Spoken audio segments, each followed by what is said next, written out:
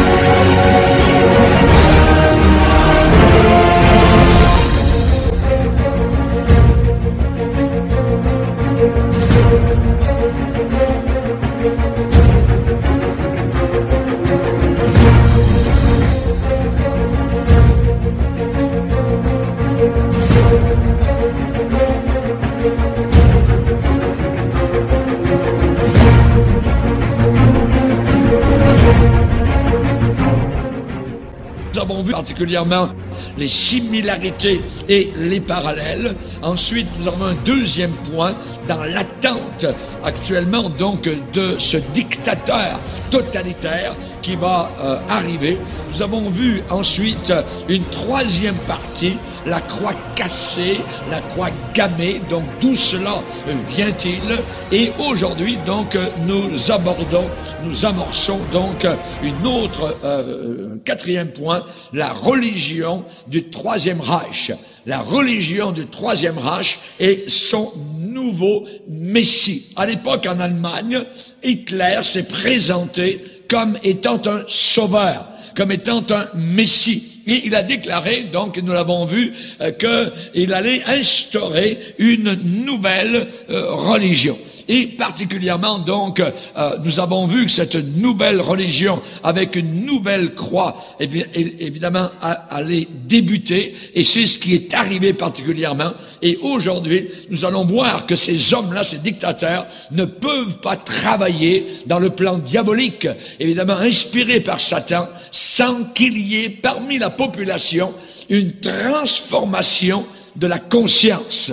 Il faut que la conscience du peuple soit changée et soit totalement éloignée des bases que nous avons eues donc dans une société qui a eu comme base base judéo-chrétienne à partir des 10 commandements donc de la Bible. Et cela évidemment, il faut qu'il y ait une transformation, un changement donc de paradigme pour que nous puissions arriver donc à l'arrivée ce dictateur totalitaire qui aura les mains totalement libres et qui fera exactement tel que ce que la Bible a prédit, c'est le livre de Dieu, et ce qu'il fera, nous le verrons au travers donc de cette conférence-là. Et particulièrement donc, nous allons voir aujourd'hui, nous allons lire un passage dans la parole de Dieu. Aujourd'hui, nous allons lire, si vous voulez bien, maintenant dans 1 Timothée chapitre 4. 1 Timothée chapitre 4, 1 Timothée chapitre 4, et nous allons lire à partir du premier verset. Il est dit ici, mais l'Esprit, donc le Saint-Esprit, dit expressément que dans les derniers temps de la fin du monde, tel que nous l'avons connu, l'Esprit dit expressément que dans les derniers temps, quelques-uns abandonneront, donc un abandon de la foi biblique, abandonneront la foi. Donc si j'abandonne, de l'autre côté, eh bien il y a un attachement pour s'attacher, se lier à des esprits séducteurs et à des doctrines, des enseignements de démons. On parle ici de puissance diabolique. On parle ici de Satan, vous voyez, de puissance satanique, à des doctrines qui viennent de l'enfer, des enseignements infernaux. Et comment cela? Par l'hypocrisie de faux docteurs, des faux enseignants. Ces gens-là portent la marque, il y a une marque, la marque de la flétrissure, la sécheresse, c'est sec, portant la marque de la flétrissure dans leur propre conscience. Dans leur propre conscience. Et là, il y a quelques enseignements diaboliques. Un de ces enseignements, c'est de ne pas se marier. C'est-à-dire, vie en concubinage, convoite, couche, découche, prescrivant de ne pas se marier. C'est un enseignement diabolique. Comme le concubinage, et un autre enseignement de s'abstenir d'aliments que Dieu a créés pour qu'ils soient pris avec action de grâce. Et aujourd'hui, il y a des gens qui ne veulent pas manger de viande, ne veulent pas manger de ceci, de cela, je ne les juge pas. Mais nous savons que l'enfer, particulièrement, et au travers des enseignements orientaux, eh bien, on ne veut pas manger de viande, on veut uniquement manger donc des légumes. Et le Seigneur a dit de manger de tout ce qui se vend donc au marché. Et cela est un enseignement, donc, de l'enfer aussi. Donc, on a été averti, c'est le Saint-Esprit qui dit, il parle expressément, donc avec certitude, et nous allons voir, donc, particulièrement, cette dérive, cette transformation de la conscience du peuple. Et vous avez vu déjà depuis environ 40 ans, et encore plus depuis les 10 dernières années, cette approbation de la part des foules par rapport simplement à l'homosexualité. Mariage entre deux hommes, mariage entre deux femmes, et bientôt l'inceste, je dirais, va devenir, je dirais, légal, ce qui commence dans une génération, la génération suivante l'avale, je dirais, à fond. Totalement et complètement. Donc, il va y avoir de plus en plus, donc, ce changement de conscience, cette transformation de conscience, telle que cela est arrivé, donc, en Allemagne, lors de l'arrivée de Hitler. Et évidemment, donc, la doctrine, c'est un enseignement, ça. La doctrine de la transformation de la conscience est aussi vieille que le paganisme. Et elle enseigne quoi? Eh bien, cette transformation de conscience enseigne qu'on peut être en contact, notez bien, en contact avec des intelligences non humaines, être en contact avec des intelligences extraterrestres à partir desquelles on peut tirer de la sagesse, avoir de la puissance, acquérir des pouvoirs. Et c'est ce que cette génération actuellement est enseignée. Et vous avez remarqué que les jeunes aujourd'hui ont un goût inimaginable pour les lectures de Harry Potter. Des jeunes qui n'aiment pas lire, ne veulent pas lire, mais lorsqu'ils ont sous leurs yeux un livre de Harry Potter, ils sont comme attirés, hypnotisés par ce genre de lecture pour savoir, connaître donc les pouvoirs, les forces diaboliques, ainsi de suite. Donc il y a un changement tranquillement donc de conscience. Et ces êtres, ce qu'ils disent, évidemment, ceux qui trafiquent avec ces êtres-là, eh bien, ils disent que ces êtres-là, ce qui sont des démons, eh bien, sont des maîtres de sagesse, ils sont disponibles uniquement et seulement à ceux qui sont prêts à payer le prix de l'initiation. L'initiation, voyez. Et les détails, évidemment, d'une initiation peuvent varier d'une culture à une autre, mais le mensonge est le même. Ce qui arrive, c'est que ceux qui participent à cela ont ensuite des états de conscience altérés, des états de conscience transformés, changés, modifiés. Et évidemment, donc, cela est possible à ceux et celles qui veulent bien. On leur dit, si tu veux rallonger ou étendre tes horizons mentaux, si tu veux être en contact et ouvert avec les puissances, alors tu auras du pouvoir, voyez. Et évidemment, donc, ces états de conscience altérés, eh bien, ces gens qui soudain deviennent transformés, deviennent modifiés, c'est une sorte, vous savez que le diable est un singe de Dieu, c'est une sorte de nouvelle naissance diabolique. Comme nous, les chrétiens, nous avons une nouvelle naissance qui nous a fait passer des ténèbres réelles à la lumière réelle. Eux, ces gens-là qui sont dans les ténèbres, sont plongés par cette nouvelle naissance, ces initiations à des ténèbres encore plus profondes, saisis littéralement donc par les démons. Une sorte de nouvelle naissance diabolique, une expérience ésotérique d'illumination. Évidemment, donc, ils disent que cela est réservé uniquement à un groupe d'élite, voyez, composé uniquement d'initiés. Et les nazis, donc, étaient très forts dans ce domaine-là. Hein, les nazis et l'occultisme, donc, eh bien, jouaient dans ces forces obscures qui ont été, donc, comme libérées par le Troisième Reich au travers d'un homme qui était possédé par Satan, donc, qui s'appelait Hitler. Hitler a été séduit par la méditation transcendantale.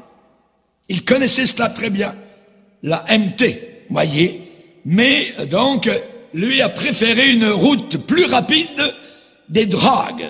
Pas d'aujourd'hui, les drogues.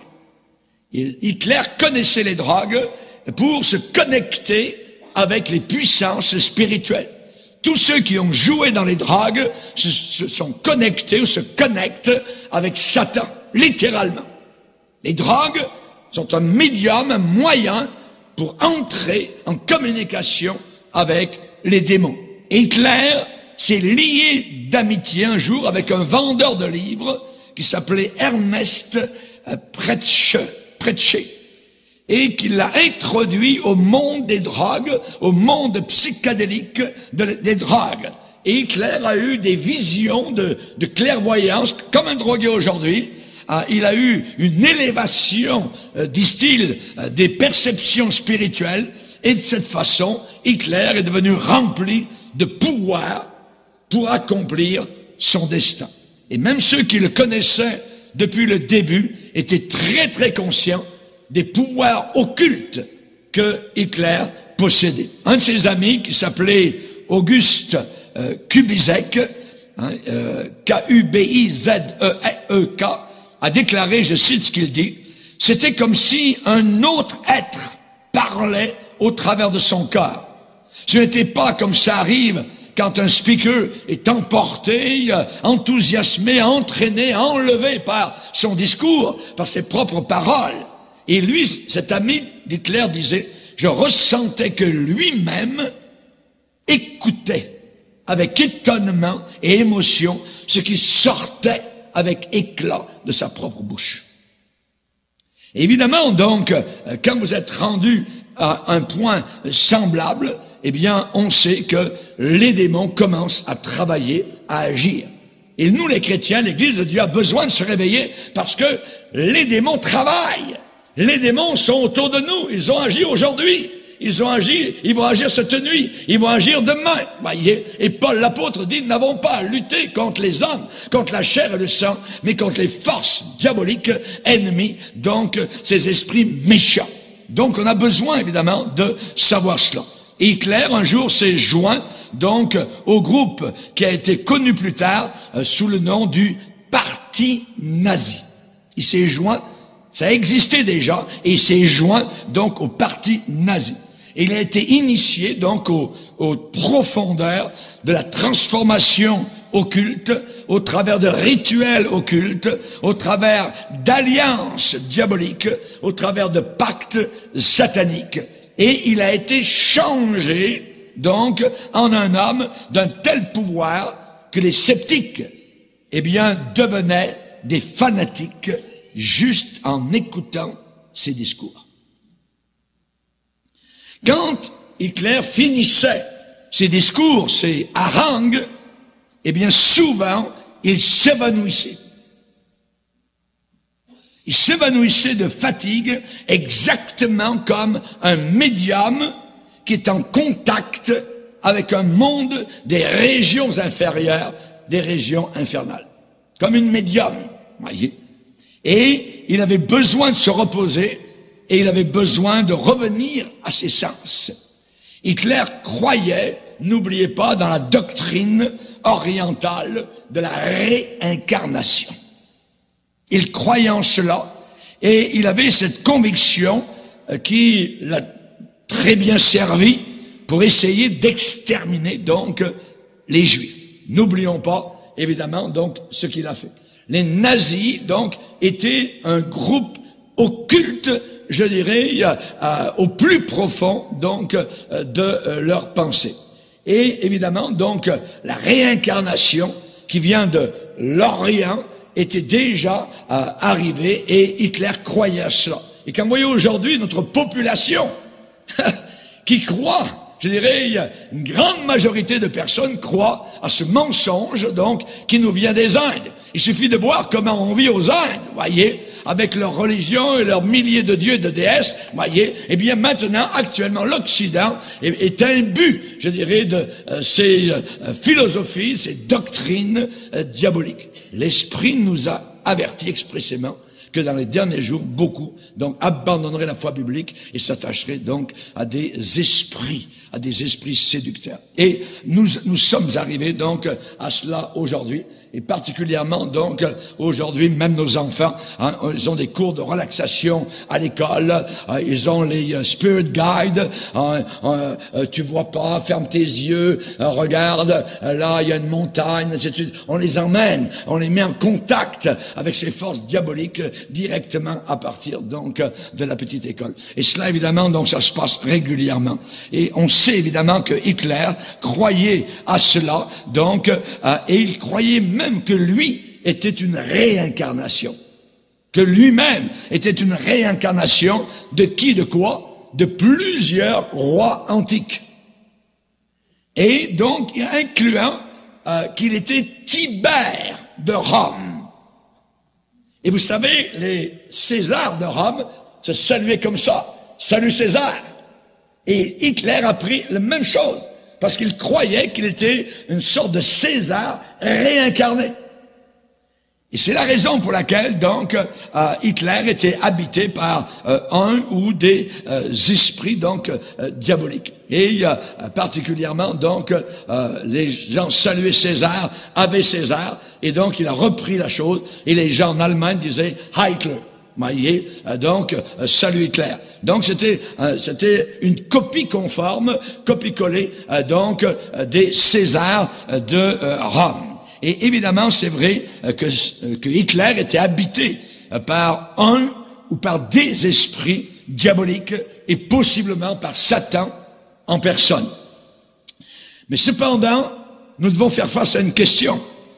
Et les multitudes, ces millions de disciples qui l'ont suivi, qui ont cru en lui, qui ont suivi ses discours, eh bien, qu'est-ce qui a fait que tous ces gens-là lui ont été tellement attachés, lui ont été tellement consacrés de façon fanatique à ses ordres et à sa dictature, à son commandement? Eh bien, chers amis, n'oublions pas que les païens, la Bible déclare les païens ce qu'ils sont, simplement dans Éphésiens chapitre 4, les païens marchent selon la vanité de leurs pensées. Les païens ont l'intelligence obscurcie. Il n'y a que nous, les chrétiens, qui ont l'intelligence allumée. On est plugués. On est dans la lumière. Mais les païens, et nous étions de cela auparavant, notre intelligence, notre matière grise était très noire. Les païens ont l'intelligence obscurcie. C'est le verdict de Dieu. Voyez? Et nous étions étrangers à la vie de Dieu. Plus que cela, la Bible dit que Satan nous avait aveuglé l'intelligence. Donc n'oublions pas que le peuple allemand, c'était des païens.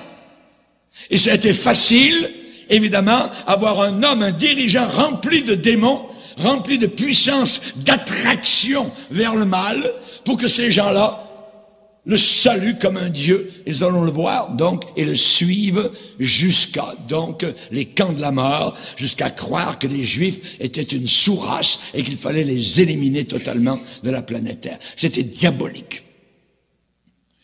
Nous devons nous souvenir d'une chose, c'est qu'un leader, un dirigeant démoniaque est capable de déclencher, d'être un catalyseur de forces spirituelles qui vont influencer les autres. Par exemple, le conseiller occulte du Kaiser, William II, qui s'appelait Houston Chamberlain, a déclaré « Hitler est le véhicule de puissance et de pouvoir messianique ». Il a dit « Hitler réveille les âmes ». Mais quel réveil? Réveil d'obscurité, réveil de ténèbres. Être utilisé comme un canal, comme un intermédiaire satanique a été clairement possible dans un pays qui avait déjà trempé les deux pieds dans l'occultisme. Dans l'occultisme. À cette époque, en Allemagne, l'obsession nationale, l'obsession allemande, elle était dirigée vers l'occultisme, de façon générale. Et c'est cela qui a préparé le chemin pour la montée, je dirais, comme une météore. Hitler est monté de façon messianique, voyez, météorique, voyez, vers une proéminence mondiale.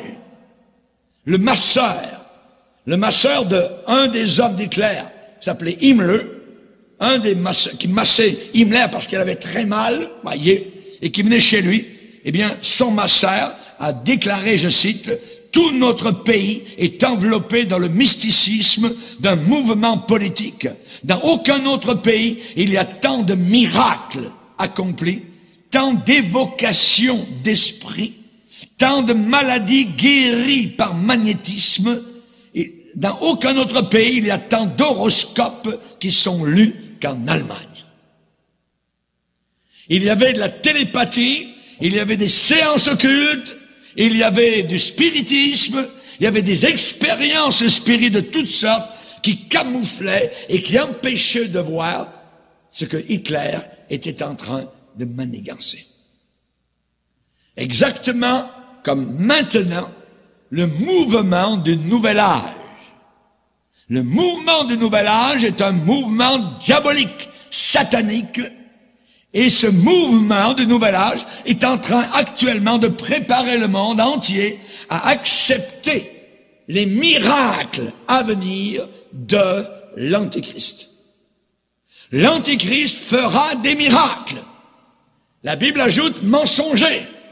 Mais les gens sont éberlués, seront, entre parenthèses, bénis par les faux miracles. Et ils vont y croire. L'occultisme en Allemagne a fait que la séduction des masses a été beaucoup plus difficile à détecter. Parce qu'il y avait de l'occultisme partout. La Bible parle de cet antéchrist qui s'en vient. Et la Bible déclare, et je cite la parole de Dieu, l'apparition, la venue de cet impie, un impie, se fera. Elle va arriver en avant de nous par la puissance de Satan. C'est le texte.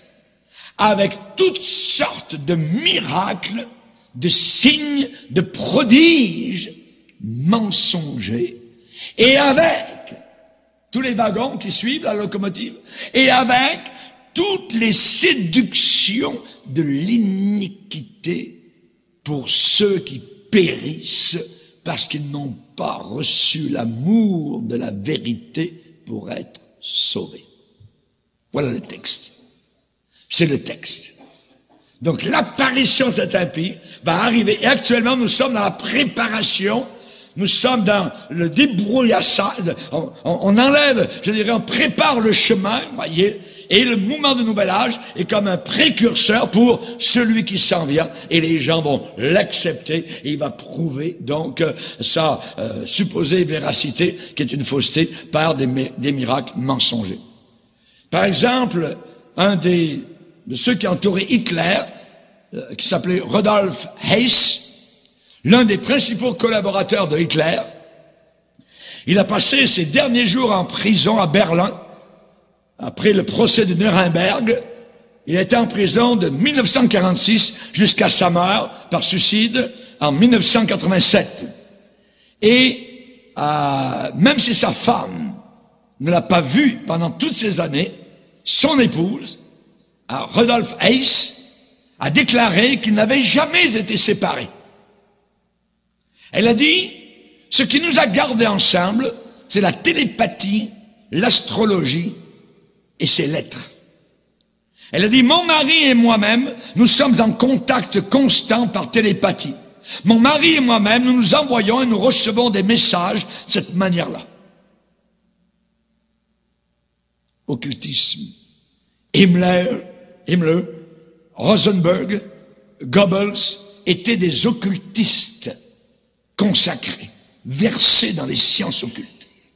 Et alors que le parti nazi était en train de grandir, eh bien, ce parti attirait ici et là tous ceux qui avaient de nombreuses organisations sataniques, et tous ces gens-là sont venus ensemble et sont entrés accueillis les bras ouverts dans le parti nazi. Le cercle interne nazi tirer ses pouvoirs directement de ses forces cachées, ses puissances diaboliques. Et dans un pays qui déjà baignait dans des doctrines occultes, des millions d'autres personnes sont venues se placer sous l'ensorcellement magique, sous l'envoûtement maléfique d'Hitler. Ils vont nous rappeler que ceux qui se soumettent et ceux qui obéissent à quelqu'un de démonisé prennent le risque personnel d'être séduits eux-mêmes. D'être séduits eux-mêmes. Jésus a bien dit, en parlant des signes de la fin, un des premiers en tête, que personne ne vous séduise. Parce que la fin des temps sera un temps de séduction, de mensonges, d'hypocrisie inimaginable. Et nous sommes là. Et c'est la raison pour laquelle nous avons besoin de quelqu'un à l'intérieur de nous qui fasse office de moniteur, c'est le Saint-Esprit de Dieu. Et Jésus dit, le Saint-Esprit vous conduira dans toute la vérité. Alléluia. Il vous gardera. Celui qui est en vous est plus grand, plus fort, plus sage que celui qui est dans le monde. Alléluia. Merci Seigneur. Et je vous ai lu tout à l'heure, donc, que le Saint-Esprit nous a avertis dans 1 Timothée 4 que beaucoup, donc, à la fin des temps, s'attacheront à des esprits séducteurs. Séducteurs. Voyez? Donc, évidemment, c'est un des signes de la fin des temps. Dans les derniers temps, quelques-uns abandonneront la foi, abandon pour un attachement à des esprits séducteurs. Il y a des doctrines de démons. Le mot est donné, le mot est lancé, donc contact avec des démons. Ça peut se passer même à l'intérieur de ce qu'on appelle église évangélique. Il y a certaines églises, le dimanche matin, en Occident, vous avez des milliers de personnes, ils sont en train de lever les bras et tout ça, d'adorer Jésus, mais ce Jésus est un faux Jésus, c'est un autre Jésus, c'est un Jésus du nouvel âge, et la plupart de ces gens-là ne sont même pas sauvés. Ils sont séduits, ont été séduits. Et je vais vous parler tout à l'heure particulièrement de deux cas très importants que nous avons besoin de connaître. Et même, je dirais, si certains n'étaient pas d'accord avec Hitler à l'époque, ils sont quand même venus se placer sous son aura et appuyer sa politique. Rendez-vous compte. La Bible parle d'une puissance d'égarement. Puisqu'ils n'ont pas reçu l'amour de la vérité pour être sauvés, aussi Dieu leur envoie, ça vient de Dieu, une puissance, une force d'égarement. Et ça, c'est une malédiction. Vous savez, il y a beaucoup de gens qui parlent uniquement de bénédiction. Abraham a été béni, ainsi de suite, bénédiction, Dieu veut bénir, ainsi de suite. Mais ils oublient qu'il y a juste à côté de cela les malédictions. Si tu n'obéis pas, si tu n'observes pas mes commandements, et une des malédictions, Dieu permet un esprit d'égarement pour éloigner ces gens qui ne veulent pas, ne désirent pas avoir une intimité avec Jésus-Christ, être sauvés ou passer sous le sang de la croix du Calvaire. Aussi Dieu leur envoie une puissance d'égarement pour qu'ils croient. Ils vont croire. C'est bien de croire. Mais ils vont croire un mensonge. On peut croire la vérité, on peut croire un mensonge. Tout le monde sur la terre est croyant. Même le diable est un croyant. La Bible, tu crois en Dieu, pas de problème, le diable y croit aussi. Et il tremble. Il tremble. Il suffit pas de croire que Dieu existe. Il faut abandonner nos vies au Seigneur. Il faut lâcher. C'est une reddition. Je lève les bras en l'air, j'abandonne. Je te sers, Seigneur. Tu m'as tant aimé à la croix du Calvaire. Alors me voilà, Seigneur, avec tous mes péchés, tout mon bagage, toute ma saleté, ma pourriture, ma convoitise, mes vols, mes mensonges, mes impuretés. Je viens avec le sac sale. C'est comme cela que le salut s'opère dans un cœur. Alléluia. Jésus est venu sauver, n'oubliez pas, des pécheurs. Des pécheurs. Il y a des séducteurs sur la terre qui sont très puissants. Très puissants. Il y a des séducteurs puissants qui peuvent séduire d'autres personnes qui, à leur tour, viennent sous un contrôle démoniaque à différents degrés. Comme il y avait un vide spirituel à l'époque d'Hitler en Allemagne, tout le pays était prêt, préparé à quoi? À être séduit. Avez-vous remarqué le vide spirituel qu'il y a dans notre génération au XXIe siècle? C'est une génération qui est prête à être séduite. Séduite. Quand la croix de Jésus est cassée et brisée, la méchanceté, à ce moment-là, en Allemagne, a éclaté avec furie. Et ce sont les Juifs qui ont ressenti le plus cet assaut, cette attaque. Ils ont été ciblés par le démon qui était en Hitler, qui haït les Juifs. L'enfer haït les Juifs, parce que le salut vient des Juifs. Tous les apôtres qui ont écrit les épîtres dans la Bible étaient des Juifs. J'aime les Juifs. Et ils ne sont pas sauvés s'ils ne viennent pas à Yeshua, leur Messie, notre Messie. Et évidemment, ils ont été ciblés par Hitler dans ce qu'il a appelé la solution finale. Extermination. Comme des poux. Tous les tuer. L'Église allemande, à l'époque, n'a pas vécu à la hauteur de leur haute vocation. Et l'Antéchrist qui s'en vient en face de nous aura aussi son programme d'extermination. Il sera possédé par Satan lui-même qui lui aura donné son pouvoir de l'enfer. N'oubliez pas que Jésus-Christ est un juif total. Il est appelé dans la Bible le lion de la tribu de Juda. Et il ne permettra jamais que son peuple soit balayé et exterminé. Ça n'arrivera jamais. Il y aura du tumulte. Il y aura des morts, des blessés, des viols, des guerres par rapport à Israël. Mais le peuple d'Israël restera en Israël. Alléluia. Et à la fin, c'est la croix de Jésus-Christ qui va détruire toutes les autres, toute opposition. La croix vaincra. J'aimerais que vous puissiez regarder avec moi, évidemment, donc un court vidéo pour voir en personne un homme possédé par Satan qui est l'imitation de quelqu'un possédé par le Saint-Esprit.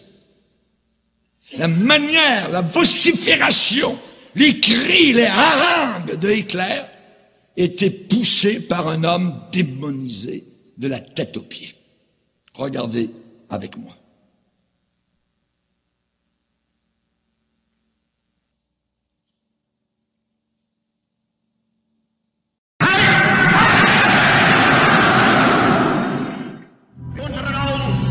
Da muss der deutsche Junge der Zukunft blank und rank sein, flink wie Windhunde, zäh wie Leder und hart wie Krückstahl.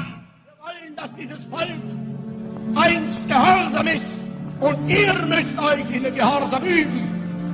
Wir wollen, dass dieses Volk einst friedliebend und aber auch tapfer ist und ihr müsst friedfertig sein.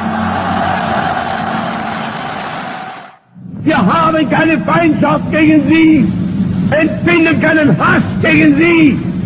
Niemals aber wird Deutschland bolschewistisch werden. Das muss man wissen. Und hehe felsenfest die Überzeugung, dass eben doch dann einmal die Stunde kommt, in der die Millionen, die uns heute verfluchen, hinter uns stehen und mit uns begrüßen werden dann das gemeinsam geschaffene, wiedererkämpfte, bitter erworbene, neue deutsche Reich der Größe und der Ehre und der Kraft und der Herrlichkeit.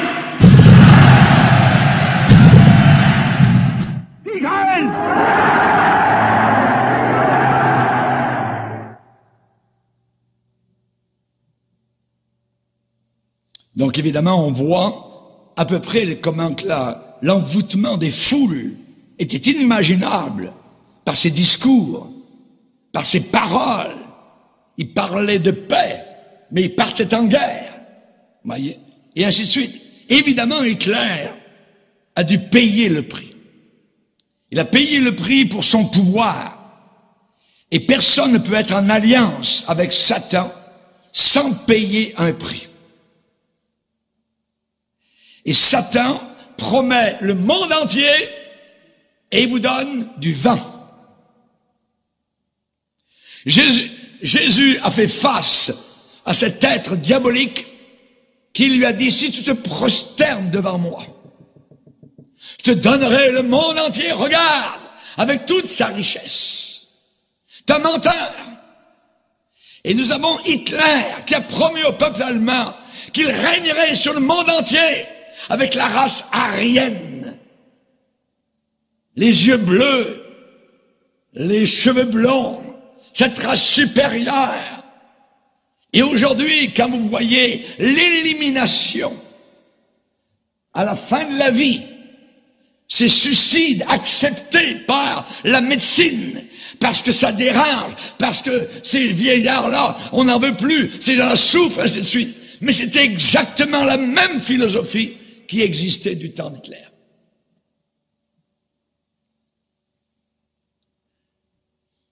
Il y avait un scénario qui arrivait très souvent chez Hitler, quelque chose de régulier et de récurrent. Et Roch Ming a décrit cela. Il a vu Hitler en privé et il a dit, il crie, il hurle pour recevoir de l'aide. Il est saisi avec puissance qui le fait trembler si violemment que son lit même en branle et secoué. Et dans sa chambre, on l'entend murmurer et soudain il crie à tue-tête. C'est lui, il est là. Ses lèvres deviennent toutes bleues. Il est trempé de sueur, il est tout mouillé, et on lui donne alors un massage ou quelque chose à boire. Puis tout d'un coup, soudainement, il beugle et vocifère. Là-bas, dans le coin.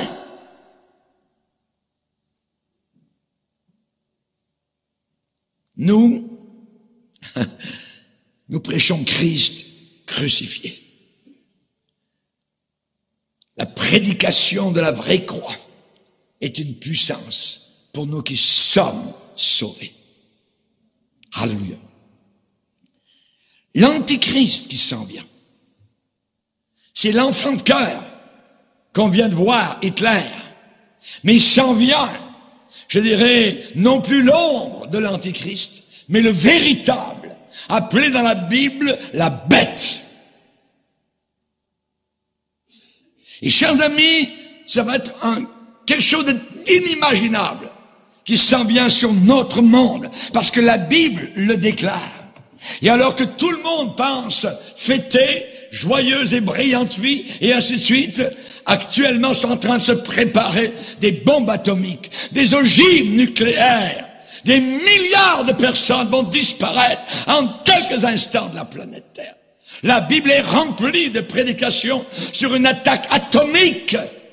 Dans Jérémie, dans Ésaïe, dans Zacharie. On nous enseigne cela. Un monde si méchant, à la fin des temps, sera jugé par le Dieu de gloire. L'Antichrist qui s'en vient croira lui aussi dans une transformation personnelle de la conscience. L'Antichrist sera en contact avec des intelligences diaboliques qui ne sont pas humaines. N'oubliez pas, l'apparition de cet impie se fera par la puissance de Satan. Par la puissance de Satan. Nous prêchons Christ crucifié. C'est là notre témoignage. C'est là notre prédication. C'est un scandale pour les Juifs. Quelqu'un cloué sur une croix. Ça nous sauve. Scandale pour eux. Pour les païens, c'est une folie.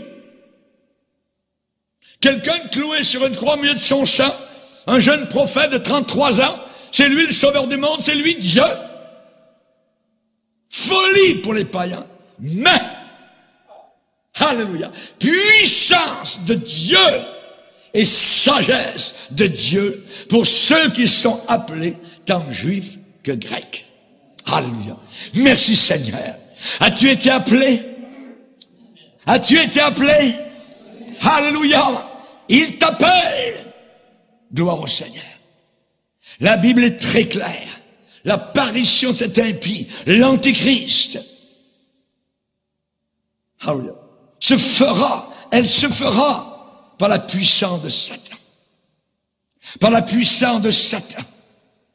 Et l'Antichrist sera en liaison, en communication avec ses pouvoirs spéciaux qui vont l'équiper pour gouverner le monde entier. La Bible déclare qu'il montera de la mer. Il montera de la mer du monde, la mer des nations, la mer de la population mondiale, La Bible déclare que ce sera une bête. C'est une image, évidemment. Ce sera un homme, mais appelé, décrit dans la Bible comme une bête, avec 7 têtes. Nous ne savons pas qui seront ses menteurs pour qu'ils soient démonisés. Mais cependant, nous savons qu'il passera par un procédé de discipline rigoureuse pour être satanisé de la tête aux pieds. Sa puissance ne viendra pas de lui-même, mais de puissances spirituelles invisibles qui ont combattu le Dieu d'éternité, le Dieu trinitaire, depuis des siècles et avant même la création de la planète Terre.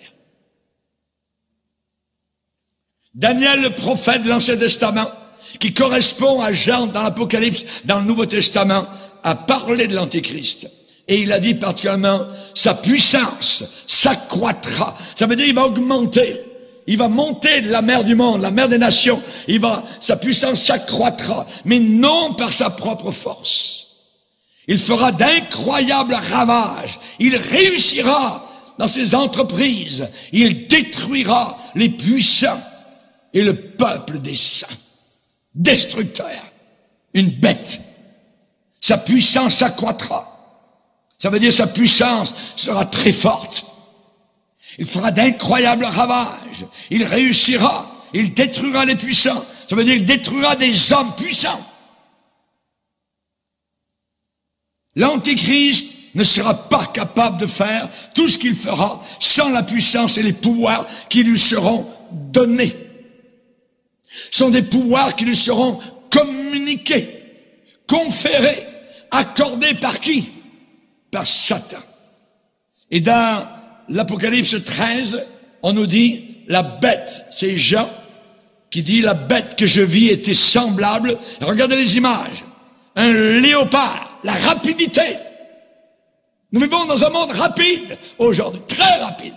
Un clic-toc. Vous êtes en Chine, vous êtes à Hong Kong, vous êtes à Johannesburg, voyez. Comme un léopard, semble à un léopard. Ses pieds étaient comme ceux d'un ours. La patte de l'ours écrase, tue. Et sa gueule, comme une gueule de lion. Allez vous mettre devant la barrière des lions au zoo de Granby. Allez voir. Vous allez faire un saut en arrière. Et la Bible décrit l'Antéchrist. Donc, léopard, ours, lion. Et qui lui donne cette puissance? Regardez bien, le dragon. Et dans la Bible, le dragon, c'est toujours Satan. C'est le diable. Le dragon lui donna sa puissance. La puissance que Satan a, il va la communiquer à cet homme appelé dans la Bible l'Antichrist. Et son trône, il va donner le trône du diable, imaginez, et une grande autorité. Une grande autorité. J'ai mis beaucoup de personnes aujourd'hui qui méprisent Hitler. Oh, Hitler, on va rien savoir d'Hitler. Beaucoup de personnes aujourd'hui qui méprisent Hitler sont fiers de condamner le nazisme, mais en fait, ces mêmes personnes sont en train d'embrasser et de croire les mêmes doctrines, les mêmes enseignements qui ont fait du nazisme une si grande puissance dans le monde pendant la Deuxième Guerre mondiale. Il faut réaliser aujourd'hui que ce que nous appelons mouvement du nouvel âge, on met le doigt dessus. Mouvement du nouvel âge, c'est de l'occultisme ancien, composé des religions orientales. Le nouvel âge, aujourd'hui, 21e siècle, possède exactement les mêmes doctrines du nazisme avec un visage amical nord-américain occidental. Satan est un séducteur. La Bible, c'est Paul qui dit, afin de ne pas laisser à Satan l'avantage sur nous, car nous n'ignorons pas ses desseins, ses projets. Il a des projets de destruction, c'est toujours la mort, c'est le prince de la mort. Satan est un séducteur, et Satan il envoûte, il ment, il ensorcelle, il attire. Jésus l'a dévoilé, l'a débusqué, a dit il est le père du mensonge. Si la vérité a un père, notre Dieu, Adonai, eh bien le mensonge a aussi un père. Le padré du mensonge, c'est Satan. C'est pas moi qui le dis, c'est Jésus. Si vous cherchez la paix, le diable va essayer de vous la donner. Une fausse paix, évidemment. Vous avez besoin d'un conseil, alors il va vous prédire votre futur. Par une diseuse de bonne aventure, il va vous donner une information secrète au travers des étoiles, et ainsi de suite. En réalité, la Bible dit, tous ces gens-là, diseurs de bonne aventure, ne sont pas plus légers que la paille. C'est de la paille. La Bible dit que Jésus est appelé le conseiller. C'est lui, le vrai conseiller. Le premier conseil qu'il nous donne, afin d'éviter l'enfer éternel, ce feu qui brûlera, cette flamme qui ne s'éteindra jamais de toute l'éternité, il nous conseille premièrement de venir au pied de la croix, se repentir de nos péchés. Parce que cette génération a balayé du revers de la main l'élément péché. Et les églises aujourd'hui qui ne prêchent plus rien contre le péché. Et chaque semaine, chaque dimanche matin, des milliers de chrétiens se massent pour louer un Dieu qu'ils ne connaissent pas. Alors qu'ils sont remplis de péchés à l'intérieur. Ils ont péché toute la semaine et ils viennent ensuite dans cette maison de Dieu dont ils ont fait une caverne de voleurs, de brigands, d'impurs, de séducteurs. Si vous avez besoin d'un miracle, vous avez besoin de confiance, le diable va essayer de faire cela pour vous. Il va venir vers vous. Il va venir avec quoi? Il va venir avec une bague. Il va vous dire, j'aimerais t'épouser. J'aimerais te marier. Je t'aime. T'es merveilleux. T'es grand. Il n'y a personne qui est comme toi, ainsi de suite. Et là, il vous passe la bague au doigt. Lié, ensorcelé. Rappelez-vous Saül, cet homme qui avait nettoyé Israël des diseuses de bonne aventure. Lui-même, à la fin de sa vie, le 24 heures avant sa mort, avant qu'il ne descende en enfer, en train de consulter lui-même, se cacher avec un manteau pour ne pas se faire reconnaître. Consulter qui? Consulter une diseuse de bonne aventure à Endor. Et là, il a reçu une puissance diabolique. Le lendemain, il s'est suicidé sur son arme.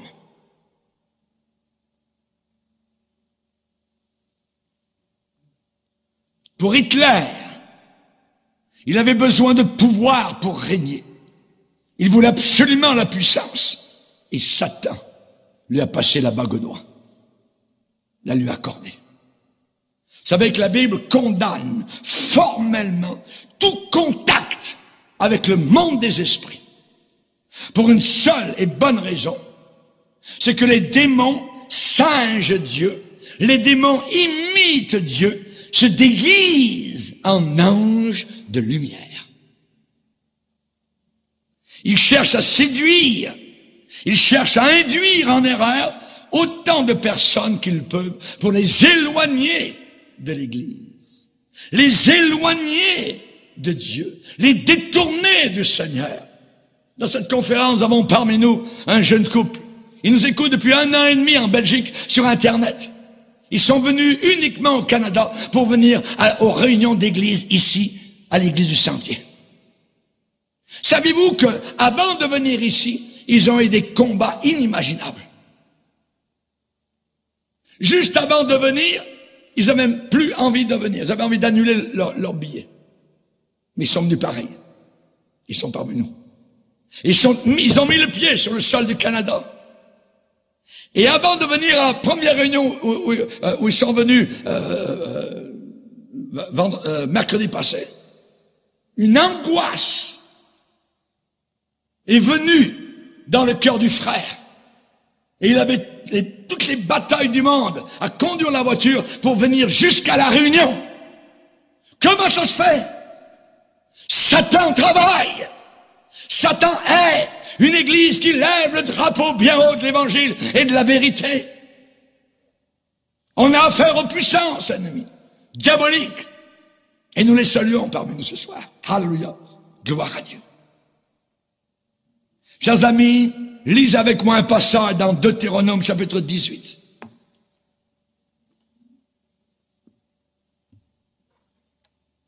Deutéronome chapitre 18, le Seigneur va dire au verset 10, Deutéronome 18, versets 9 et 10, tu n'apprendras pas à imiter, à faire comme, à imiter les abominations, notez le mot, abominations de ces nations-là, les païens, qu'on ne trouve chez toi personne qui fasse passer son fils ou sa fille par le feu. On dirait aujourd'hui qui avorte, qui offre aux démons sur l'autel de la sexualité et du confort ses enfants. Personne qui exerce le métier, regardez les métiers que Dieu abhorre, que Dieu hait, que Dieu vomit, le métier de devin, d'astrologue, d'augure, de magicien, d'enchanteur. Personne qui consulte ceux qui évoquent les esprits ou disent la bonne aventure. Personne qui interroge les morts, qui parle aux morts ou qui prie les morts. Car quiconque fait ces choses est en abomination à l'Éternel. C'est clair, net et précis. Ces démons, ces principautés, ces autorités, ces intelligences qui ne sont pas humaines, attendent seulement l'occasion d'être en contact avec les êtres humains. Tous les francs-maçons, les Illuminati, les islamistes, les témoins de Jéhovah, tous ces gens-là sont en contact avec des démons. Il y a une chose que le diable est, c'est la divinité de Jésus-Christ. Quand il l'a tenté, il est venu vers lui et il lui a dit, si tu es le Fils de Dieu, es-tu vraiment le Fils de Dieu? Si tu l'es, alors fais ceci. Vous avez vu les hommes religieux alors que Jésus était cloué sur la croix et que eux étaient en bas? Si tu es le Fils de Dieu, descends! C'est toujours la divinité de Jésus-Christ que le diable est. Il est Dieu. Et Jésus l'a écrasé sous son pouvoir à la croix du Calvaire. Transformer la conscience, c'est exactement ce que désire le méchant, Satan. La Bible dit qu'ils ont changé la vérité de Dieu en mensonge. Ils ont changé la vérité de Dieu en mensonge. Dieu n'est pas le créateur. Des jours de Genèse, c'est pas des jours de 24 heures. Non, des périodes, ça a des millions d'années. Ils ont changé la vérité de Dieu en mensonge. Et ils ont adoré la créature au lieu du Créateur. Vous avez vu au travers de Harry Potter, au travers du yoga, au travers de la pornographie, du bouddhisme, Ouija board, l'hindouisme, l'écuménisme, tout cela sont des armes de Satan. Jésus a dit, je suis la vérité.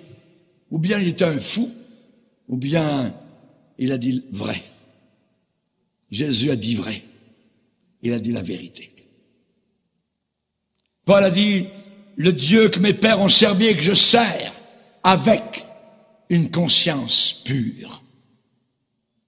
C'est une chose certaine et entièrement digne d'être reçue, que Jésus-Christ est venu dans le monde pour sauver les pécheurs. Alléluia. J'étais un pécheur. Je suis encore un pécheur. Mais maintenant, je suis un pécheur sauvé, pardonné, libéré Et au ciel, il n'y aura que des pécheurs pardonnés et sauvés. Et en enfer, il n'y aura que des pécheurs qui auront refusé. La religion ne sauve personne. Ta religion va s'effriter, va s'émietter quand tu vas arriver sur le bord du précipice qui est face à l'éternité. Tu as besoin d'un sauveur. Un sauveur. C'est une chose certaine et entièrement digne d'être reçue, d'être acceptée. Que devons-nous faire? Eh bien, je fais ce que Paul a dit à Timothée, de redresser les adversaires dans l'espérance que Dieu leur donnera la repentance pour qu'ils connaissent la vérité et qu'ils arrivent à cette connaissance de vérité et que revenus à leur bon sens, ils puissent se dégager des pièges de Satan qui s'est emparé d'eux pour les soumettre à sa volonté. Le fils prodigue, alors qu'il a mangé à l'écuelle des porcs, a commencé à être sous la conviction du Saint-Esprit. Les prières faites à la maison ont commencé à travailler son cœur. Il a dit, je me lèverai et j'irai vers mon Père. Et je lui dirai, Père, j'ai péché. Ce qui ouvre bien grand les portes du ciel et de la nouvelle Jérusalem. Ce sont ces deux mots d'une clé merveilleuse. J'ai péché. As-tu dit un jour dans ta vie, honnêtement, au fond de ton cœur, et vraiment, peut-être au milieu des pleurs, Seigneur, j'ai péché. Fais-le aujourd'hui, afin que tu sois sauvé. Hier, nous étions à Yamachiche, et Daniel nous a parlé de sa sœur, alors que lui était sauvé depuis quelques semaines. Au travers de son travail, il a pris 1 heure, il est allé chez sa sœur, il a dit, ma sœur, il faudrait que tu donnes ta vie à Jésus. C'est merveilleux. Elle a dit, j'ai pas le temps. Et il l'a laissé avec quelques pamphlets. Elle a mis ça sur le frigidaire. 3 jours plus tard, 72 heures, sa sœur, qui sortait d'un bar où elle avait été dansée, sortait dans sa voiture. Et son ami qui était sourd était en train de conduire la voiture. Et la voiture a percuté un autre véhicule qui était en avant. Et la sœur de notre frère Daniel est morte sur le coup.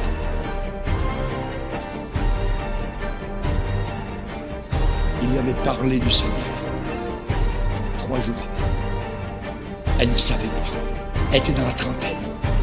C'était dans son rocon. On a du temps devant nous, buvons. La vie est belle. Tu ne sais pas ce qui peut arriver demain.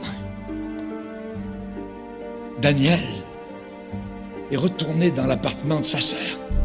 Il a voulu voir là où les pamphlets, les prospectus évangéliques avaient été placés sur le frigidaire. S'ils avaient été lus, s'ils n'étaient peut-être plus là, parce qu'elle les avait lus.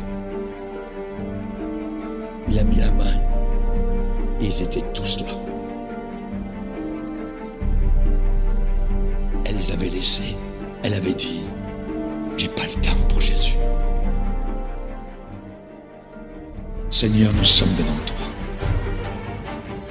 Seigneur, nous avons besoin de ta grâce. Nous vivons une époque terrible, décrite par les prophètes de la Bible. Seigneur, nous savons que tu as déclaré que le ciel et la terre passeraient, mais que tes paroles ne passeraient pas. Autour de nous, cette terre va se dissoudre. Quels ne devons-nous pas être par la piété, la sainteté, notre conduite ici-bas sur terre, sachant que tout va brûler. Seigneur, nous voulons venir à toi. Et je te prie que ceux qui nous écoutent, Seigneur, sur le continent nord-américain, sud-américain, en Europe, en Afrique, en Asie, dans le centre des îles du Pacifique ou ailleurs au monde, Seigneur, cette parole ne retourne pas à toi, toi le grand Dieu devant lequel nous passerons un jour, tôt ou tard, et à qui nous devrons rendre des comptes. Nous te demandons pardon, Seigneur, pour nos louvoiements, nos péchés, nos manquements, nos égarements, nos rébellions, nos impuretés. Pardonne-nous, s'il te plaît, Seigneur. Nous voulons partir. Nous voulons être enlevés. Tu vas revenir soudainement et ensuite paraîtra cette abomination de l'enfer, ce messie du diable, l'antichrist, la bête. Aide-nous à échapper à ces choses-là et à paraître debout devant toi lorsque tu viendras. Qu'aucun ne manque cet appel. Dans le nom puissant de Jésus. Amen. Et tout le peuple dit Amen. Gloire à Dieu. On va se lever ensemble, frères et sœurs.